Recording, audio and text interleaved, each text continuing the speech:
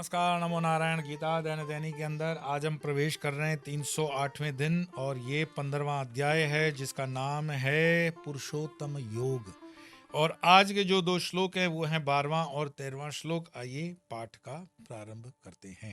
यदादित्यगतं तेजो जगद्भासयते अखिलम् यच्चन्द्रमसि यच्चग्नौ तत्तेजो विधि मामकम् गामाविश्य च भूतानि धारयाम्यहमोजसा पुष्णामि चौषधीः सर्वाः सोमो भूत्वा रसात्मकः।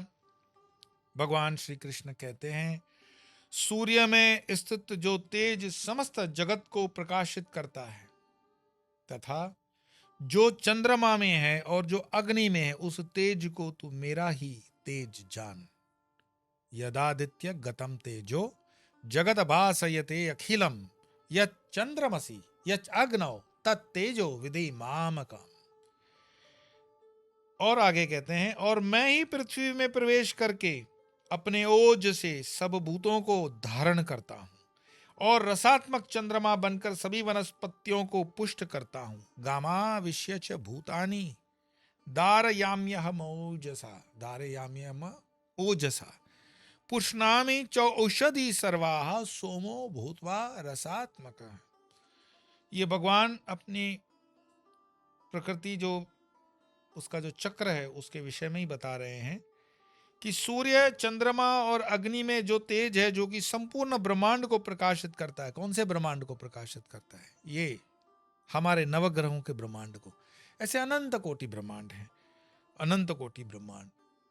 राजाधिराज योगीराज पर ब्रह्म श्री सच्चिदानंद सदगुरु, वो अनंत कोटि ब्रह्मांड में एक ब्रह्मांड, उस एक ब्रह्मांड में ये नवग्रह, उस नवग्रह में हमारी पृथ्वी, उस पृथ्वी में हमारी एशिया, यूरोप, अमेरिका जैसे खंड, मानो कि एशिया खंड, उस एशिया में दक्षिण एशिया, उस दक्षिण एशिया में भारत, उस भारत में गुजरात, उस गुजरात में वलसाड़, उस वलसाड़ में मोगरावाड़ी, उस मोगरावाड़ी में एक अपना आश्रम, उस आश्रम में एक 3/6 की जगह।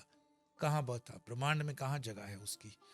ये जो चिंतन है आप अपने अपने स्थान के अनुसार करो कि क्या हमारी ताकत, क्या हमारा एग्जिस्टेंस है, हम कितने शुद्र जीव हैं इस एक ब्रह्मांड में। अनंत ब्रह्मांड की तो बात ही नहीं है। तो सूर्य, चंद्रमा और अग्नि में जो तेज है जो कि संपूर्ण ब्रह्मांड को प्रकाशित करता है वह मेरा ही है, अर्थात कृष्ण का है। वह मुझसे भिन्न नहीं है, मेरा ही स्वरूप है, ऐसा जानो।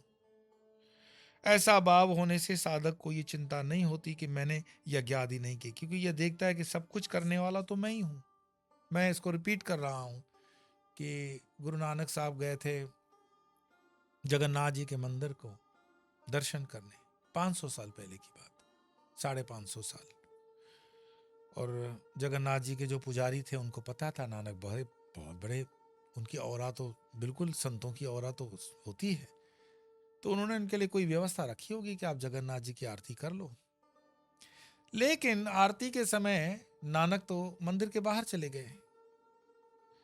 आरती समाप्त हुई तो पंडितों ने पूछा कि आप तो आरती करने इतने दूर से आए थे लेकिन आपने तो आरती की नहीं। तो उन्होंने कहा कि मैंने आरती की, उस अखिल ब्रह्मांड में जो बैठा मेरा परमेश्वर है, मैंने उसकी आरती की। और ये शब्द में गुरु ग्रंथ साहब में उनका ये आता है, बहुत सुंदर भजन है। कैसी आरती करूं आरती भवखंड ना तेरी आरती।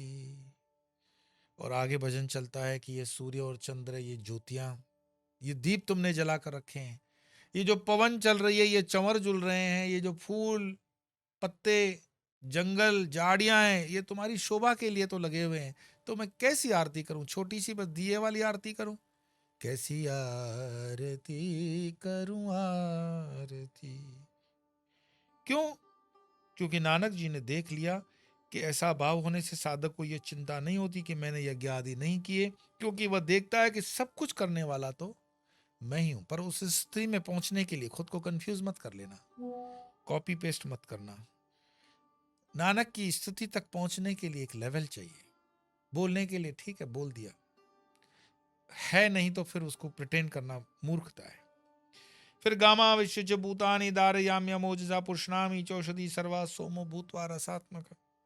जिस प्रकार जल और वायु दो वस्तुएं नहीं है, जल को बादल रूप में वायु धारण किए रहता है, जल को वायु रूप में धारण किए रहता है कौन? बादल। बादल में वो होता है जल, लेकिन वायु उसको धारण किए हुए रहता है। उसी प्रकार संपूर्ण प्राणियों को मैं धारण किए हुए हूं और उनसे तत्वतः भिन्न भी नहीं हूं। चारों तरफ उसी का ही तो खेल है। और जिसको भजन के माध्यम से कबीर कहते हैं कि कहां मैं तुमको खोजूं, कहां मैं तुमको पाऊं, कहां मैं तेरी खोज करूं, जहां मैं देखा तू ही नजर आया, जो कुछ है सो तू ही है। विवेकानंद का ये प्रिय वचन रहा। और मोह को कहां ढूंढे बंदो, मैं तो तेरे पास हूं, ना मैं जगड़ी बिगड़ी ना छुरी गरास में हूं।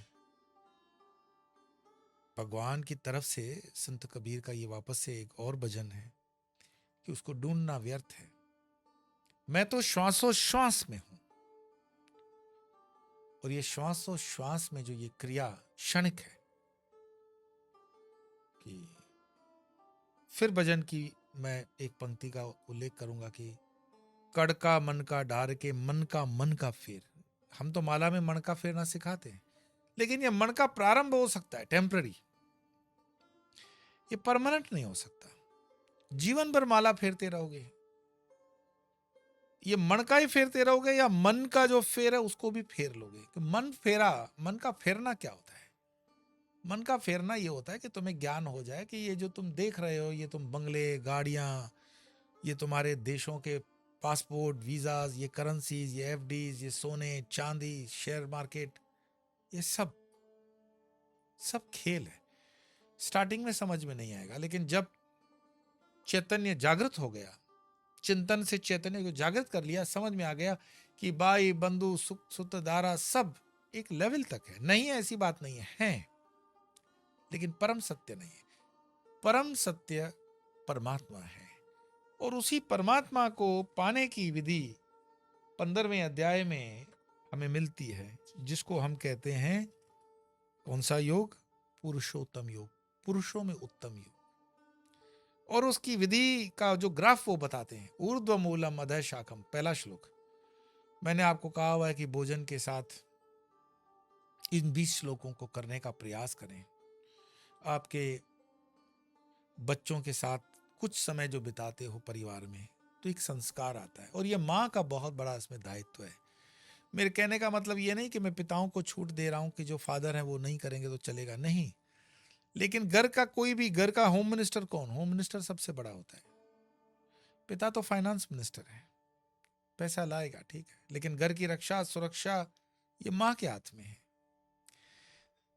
ये उसका बनता है दायित्व कि घर में भोजन कम से कम एक समय टेबल पर, जमीन पर एक साथ बैठकर हम करें, और भोजन करते समय प्रार्थना को स्थान दें। हो सके हफ्ते में एक बार नजदीक के मंदिर को दर्शन करने सब साथ में जाएं।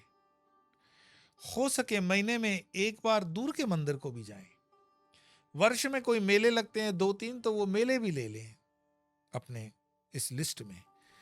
और हमारे परिवार के लिए जिन्होंने शुभेच्छा दी है, जो हमारे जुड़े हुए बुजुर्ग हैं, हमारे सीनियर्स हैं, उनको विजिट करें। घर में गाय नहीं रख सकते हो, कोई बात नहीं, कम से कम बच्चे को लेकर गौशाला में जाओ, उसकी थोड़ी आत्मीयता बढ़े और उसके अंदर एक ग्रेटिट्यूड, थैंकफुलनेस बढ़े। जो परमात्मा को थैंक यू बोल सकता है वो कल तुम्हें थैंक यू बोलेगा। तुम्हें थैंक यू बोलने वाला बच्चा तुम्हें थैंक यू बोल देगा, कल नहीं भी बोलेगा, पर परमात्मा की थैंक यू बोलने वाला बच्चा हमेशा तुम्हें थैंक यू बोलेगा। तो उसको कैसे थैंक यू, ग्रेटिट्यूड सिखाओगे?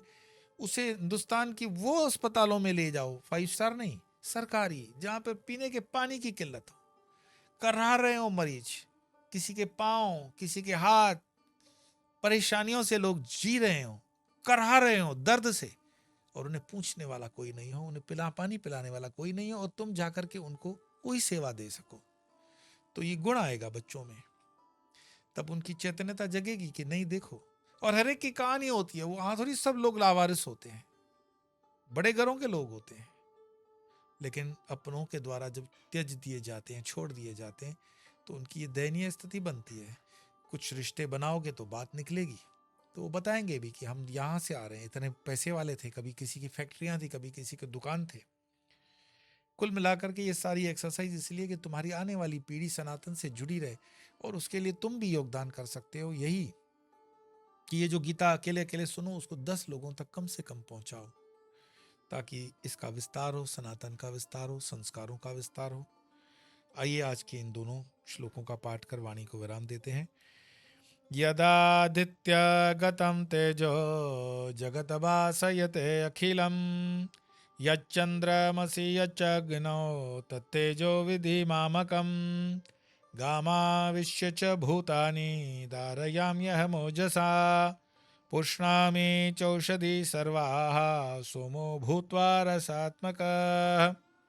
आज इतना ही, कल फिर मिलेंगे, तब तक के लिए नमो